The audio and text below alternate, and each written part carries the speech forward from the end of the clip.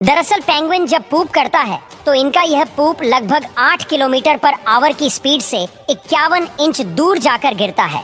अगर आप इनके करीब जाकर इनसे दूरी बना लेते हैं तब भी ये आपके शरीर तक पूप गिरा सकते हैं। बताया जाता है कि पेंगुइन का डाइजेशन बेहद अजीब तरह का होता है और ये पूप करते रहते हैं। हालांकि पेंगुइन के वेस्ट मटेरियल या पूप निकालने से कोई प्रॉब्लम नहीं है, लेकिन कान खड़े करने वाली बात तो यह है कि इस वेस्ट से ग्लोबल वार्मिंग का खतरा बढ़ रहा है। दरअसल पेंगुइन नाइट्रोजन युक्त फूड्स खाते हैं जैसे कि मछली, स्क्विड और क्रस्टेशियन, और यही सब खाने की वजह से यह बर्ड्स लार्जेस्ट क्वांटिटी में नाइट्रस ऑक्साइड गैस प्रोड्यूस करते हैं, जो नेचर के लिए बहुत ही ज्यादा खराब है, क्योंकि इस गैस की वजह से अंटार्कटिका के आसपास ग्लोबल वार्मिंग का खतरा बना रहता है।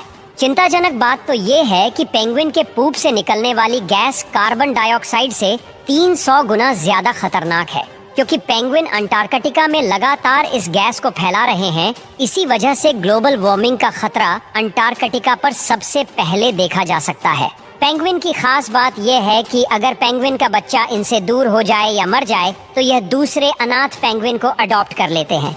लगभग 150 दिनों की परवरिश के बाद एम्परर पेंगुइन के बच्चे एक नए ग्रुप में आ जाते हैं और इसी वक्त ये बच्चे अपने पेरेंट्स का साथ छोड़ देते हैं और फिर बच्चे सी वाटर में पहली बार गोता लगाते हैं। ये सब प्रोसेस दिसंबर और जनवरी के महीनों के आसपास होता है। सिर्फ 20 साल जिंदा रहने वाले एम्परर पेंगुइन अपने बच्चों को पैरों के पास वाले हिस्से पर रखते हैं, जिससे कि उनके बच्चे आइस के टच में न जा पाए।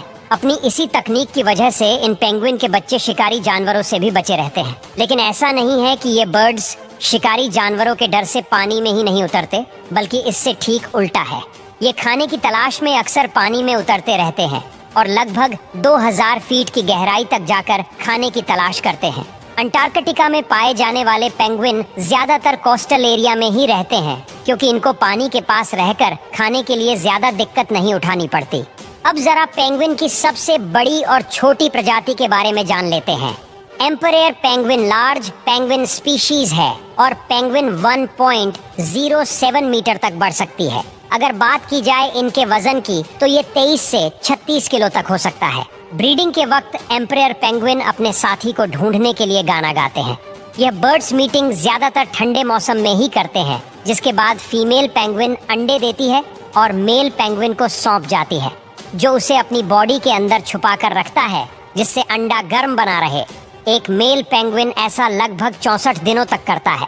दुनिया की सबसे छोटी पेंगुइन स्पीशीज ब्लू पेंगुइन है। यह न्यूजीलैंड और ऑस्ट्रेलिया में पाई जाती है। ये सिर्फ 35 सेंटीमीटर तक ही बढ़ सकती है और इनका वजन 1 किलो तक हो सकता है। इन बर्ड्स की एज लगभग 6 से 7 साल तक हो सकती है, लेकिन काफी समय पहले एक पेंगुइन 25 साल तक भी जिंदा रही थी, जो कि बहुत ही ज्यादा शॉकिंग है। आज के समय में इस तरह के पेंगुइन की आबादी लगभग 6 लाख के आसपास है।